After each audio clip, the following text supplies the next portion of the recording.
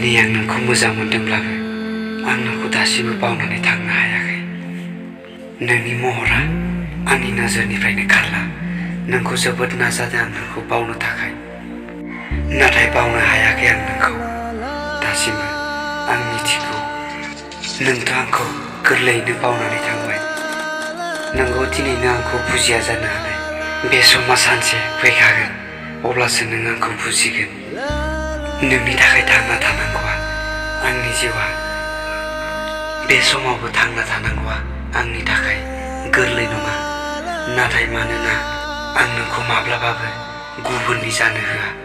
नाथाय साननानै नाय फंसे राव, जेब्ला आं नोंनिफ्राय गोजान जालांगोन अब्ला नों आंखौ नागिरफिनबाबो मोननाय नङा।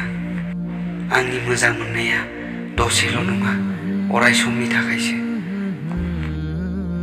बेबायदिमोन आंनि लाभ स्ट'रिया। खोनासंनानै मोजां मोनोब्ला साबस्क्राइब एन्ड शेयार, लोगोसे लाइक खालामना गालांबानो जाबाय।